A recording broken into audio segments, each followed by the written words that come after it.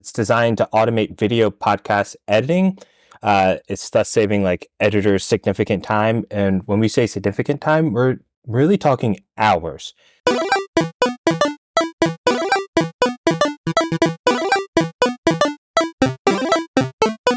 Welcome, viewers and listeners. I'm your host, Chris Parisi, and welcome to AI Wave, the only podcast that integrates the world of AI with the future of business, with the dash of hope that Rhode Island can be the leader in this AI revolution.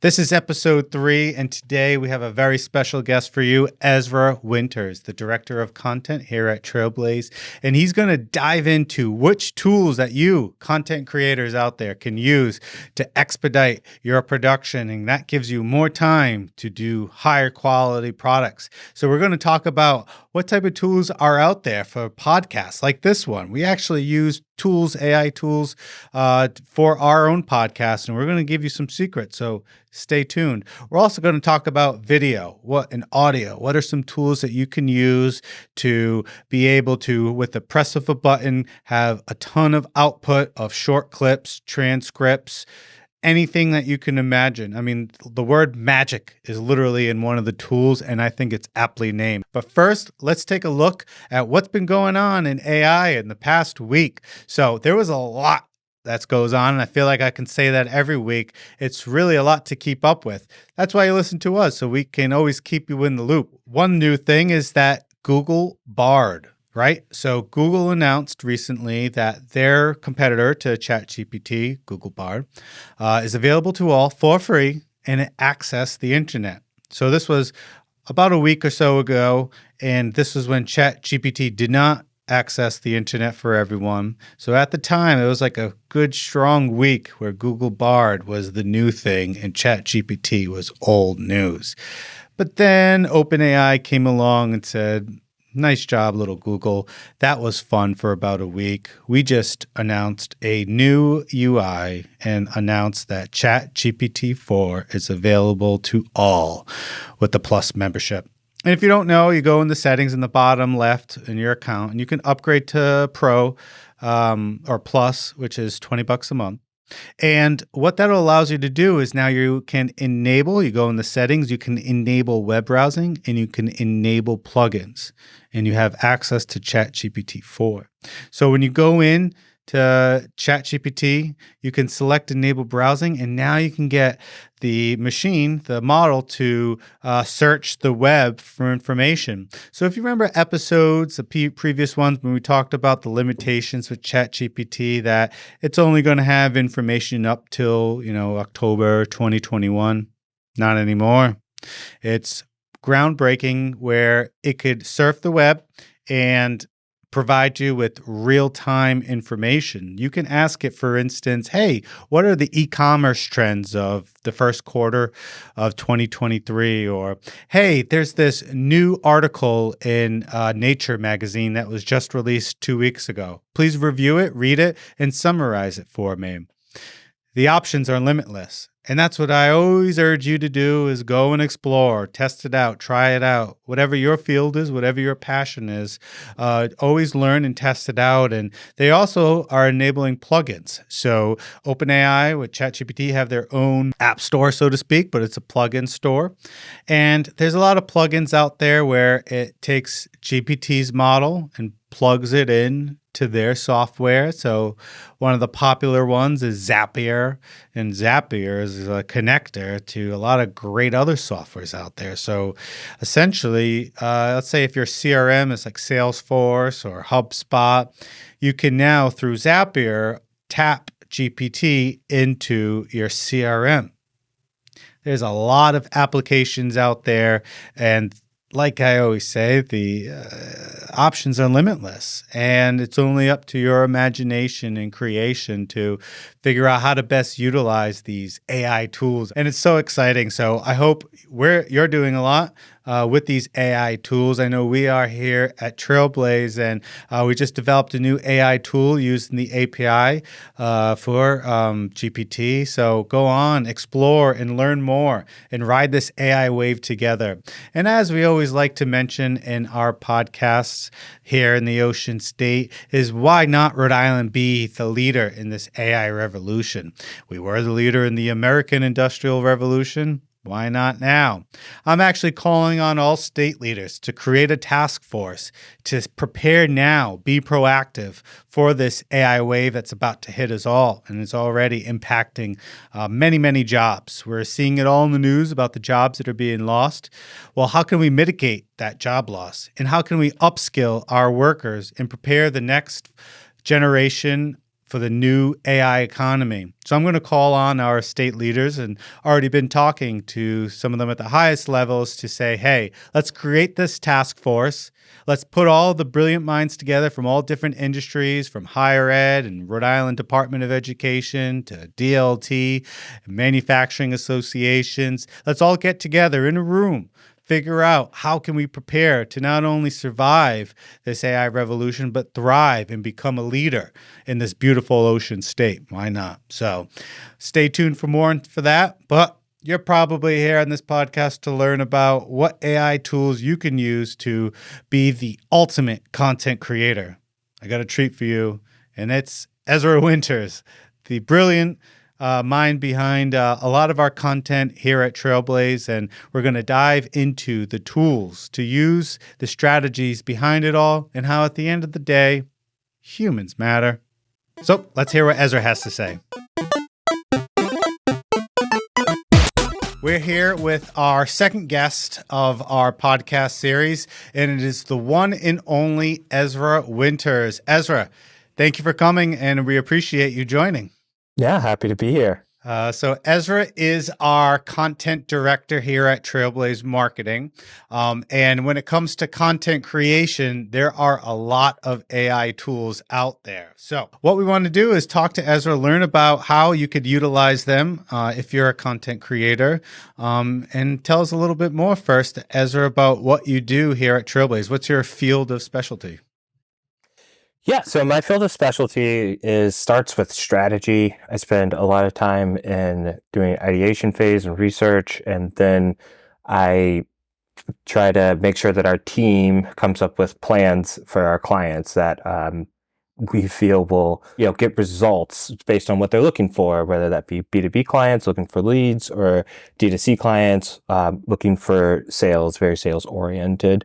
My then kind of a subspecialty within that is video production.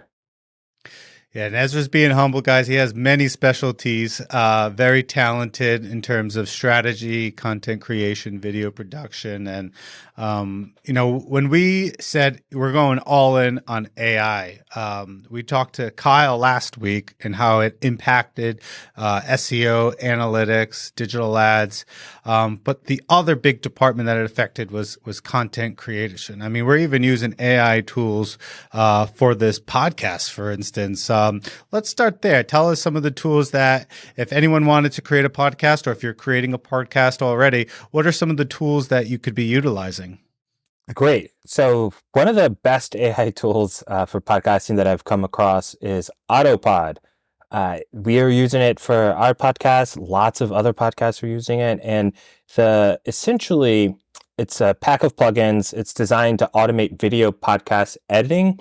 It's thus saving editors significant time. And when we say significant time, we're really talking hours. Anyone who's ever edited an interview before knows that you have to listen to it multiple times. And if the interview itself is an hour and a half, that means that just the listening time and cutting before you're actually doing audio transitions and, matching levels or any of that, you're talking days worth of editing time. And now just multi-camera editing can be done honestly within 20 minutes pretty successfully. Wow. I mean, that is a ton of time gained. Now, one could look at that, I'm assuming, and say, wow, if I'm a podcast editor, am I going to lose my job? Or, how do we best utilize those extra hours gained? Yeah, not at all. So I would say that Autopod does a huge, like heavy lift, but it's not perfect, right? So you still have to, once it does all the cutting, you still have to go back and go through everything to make sure that people aren't cut off in the middle of the sentences. That they're flowing properly. And also, I'll say that, and it'll also be kind of like a running theme of the AI tools. Like you have to already know like how to video edit or how to audio edit to really get the best out of this tool. Because if there is a mistake that you need to learn how to nest the clips beforehand. You need to learn how to know what's the best workflow to even use the tool. Because if you don't know that, then you might not get like the best results, and you might find yourself very frustrated very quickly. Yeah. So, what you're telling me is that I couldn't just use the tool and figure it out myself. You could do something with it, but there are plenty of kind of like small caveats that you need to know to really get the best out of it. And as far as hours spent, so that now is kind of like if you are a very small team and you're just trying to get content out, you probably don't have enough time to do sound design. You don't have enough time to do animation or anything beyond like really basic motion graphics. But now if you're saving 4 5 hours, that really opens up like so much to what you can do now. Yeah, and that's a great point because it's a theme that we have at Trailblaze is that we always say AI will not replace you, it will enhance you. And we are AI powered, but we're human elevated. So that ties into what you just said in two ways. Number one, you need to know what you're doing. You need to have the strategy. You need to still edit it afterwards, right? We're human elevating it. But also it's going to enhance what you do, and what other, let's say, podcast editors can do is now they save some time, but they can do more with that time so they can create an even more quality product, which is a great message to share out in the world.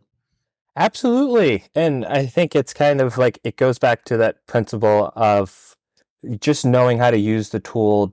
You still have to have really good input.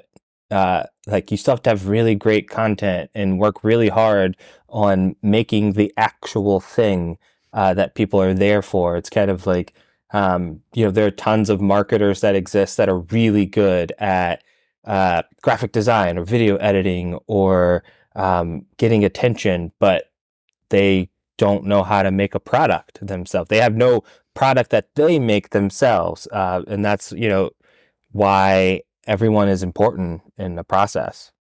So remind us again, what was that first tool called? That first tool is called Autopod. It's Autopod. a plugin, I believe, at the time of this podcast, it's only available for Premiere Pro users, so not Final Cut, not DaVinci. But I would assume that they'll be on those platforms very, very soon. Okay, great. And let's continue with this theme of sharing some tools that can be used for content creators if we want to stick with podcasting. What are some other tools out there? Another really big tool is Cast Magic. So this tool is more designed towards kind of like show notes. That's kind of like the basis of it, but it's so much more. You input your audio, MP3, or a really cool thing is you can upload your podcast, whether it be a video podcast, to YouTube, and then just copy and paste the link into Cast Magic, and it'll select the type, and then you go and you select the type of assets you want to extract from the tool, and then it automatically provides you things like key features, timestamps, content extraction, bullet points, and ready to go like social content scripts for like reels to promote the podcast itself versus content within the podcast to actually like kind of clip out snippets. It's one of the most like versatile tools of its kind that I've come across. And I would say that we tested about 15 tools like this, and this is by far the best one. Yeah, we did all the work for you. We tested out all the tools, and all you need to know is this is the tool as of now that's been really impactful, which is called Cast Magic. That sounds great. So we're saving hours. We're doing more with what we have, and that's a great tool for others to use. And you said it's not just for podcast, or can you also use it if you have like any type of video content? Absolutely. So essentially, it works. It uses obviously the OpenAI API, and what it does is it takes your video content or really audio content and it transcribes it, and then it runs that through the OpenAI API, and it has its own prompts that it runs it through to give you the content itself. But the really cool thing is that they also have a section where you can go in and enter more prompts, and your own prompts to use for your episodes. And so, if you want to write a blog from your episode, you can enter that as a prompt, and it's already uploaded, and like the most interesting parts of it have already been decided. So the learning had already started. So it saves you so much time and so many steps. And kind of like if you get into like the weeds of the prompting, a lot of podcasts are really long, and you can't just copy and paste the transcript into Chat GPT because it's far too long. And so this really helps with that. And a really cool thing is that it's in multiple languages. So if you're maybe a larger podcast, or you're just starting out and you live in a place where there are lots of speakers of other languages, and you want to be accessible, you can with this tool. Wow, that's great. And I love how it also ties into last week's episode when we were talking about the importance of prompting and being a prompt engineer. It's more than just entering in a prompt into ChatGPT. It's also when you're utilizing other tools, that prompting is so important, which is really cool how we can, connect what we're learning in each episode. So very cool tool. And now that's 2 tools. There's even any other tools that you would use for podcast, or is that it? There's tons of tools out there that you could use for podcasts. There's obviously some graphic design tools. I'm not an expert in that, so I won't really pitch any of those. But I will say that a really cool tool that if you do video podcasts or just video content in general, there's a really cool repurposing tool called Vidyo.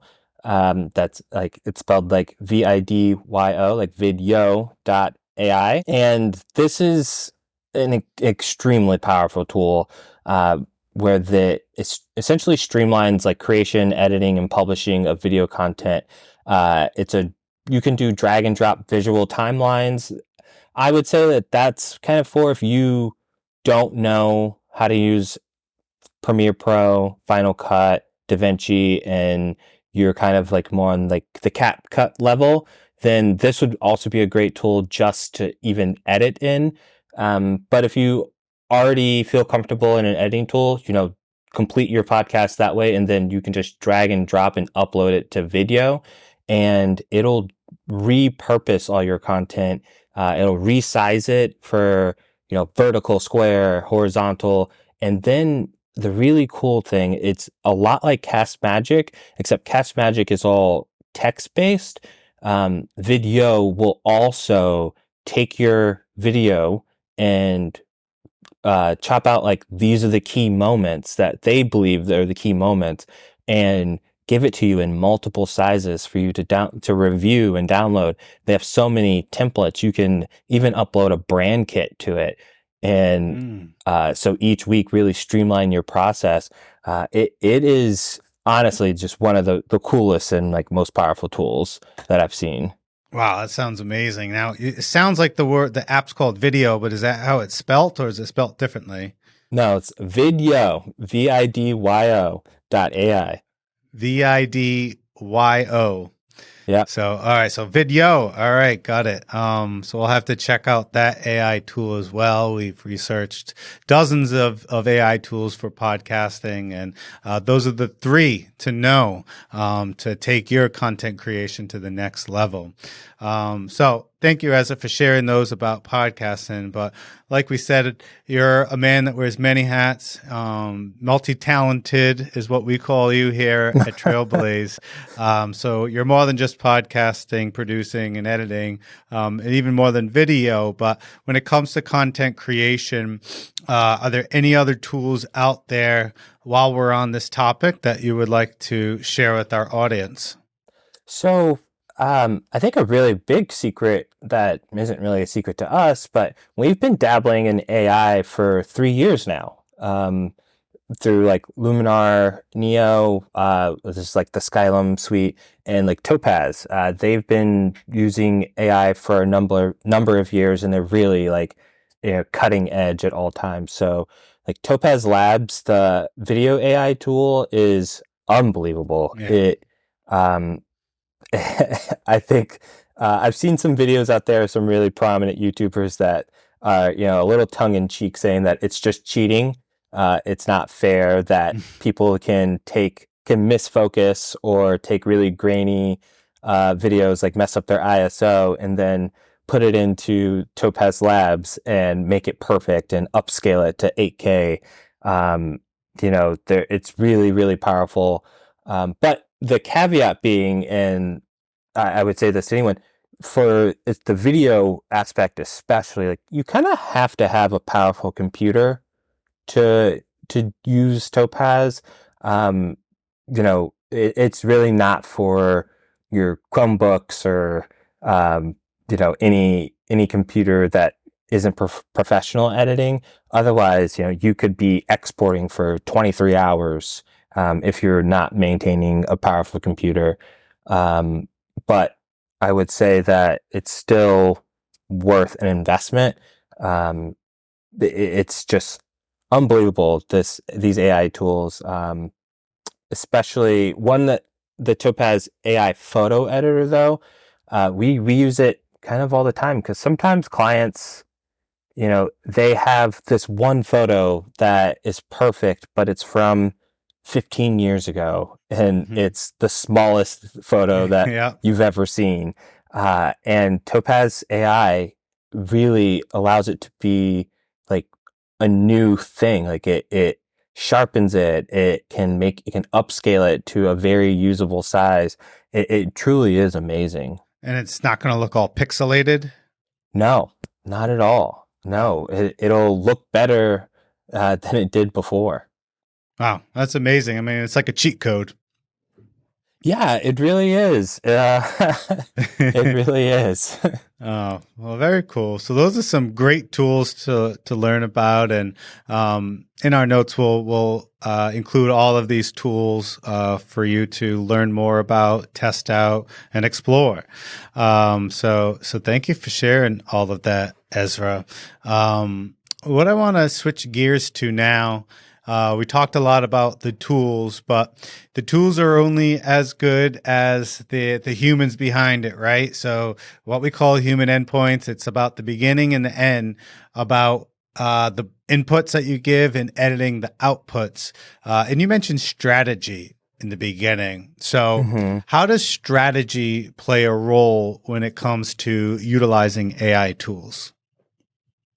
That is a great question. And I think the role of strategist it's been increasing. There's more creative strategists in the last year than I've seen, like jobs that I've seen in the last 10 years.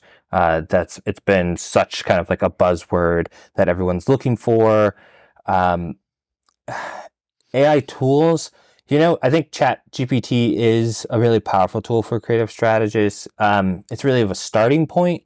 There are more tools, especially now that ChatGPT connects to the internet. We've been really testing out how it can connect to, let's say, review sites.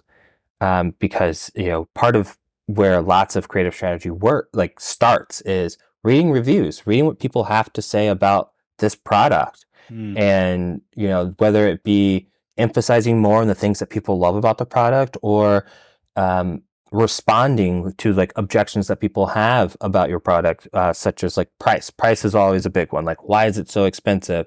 And then making content from that, it's a really big strategy of, it's so expensive because of these factors. And then people really understand. And so being able to expedite that process, especially, there are tons of review sites.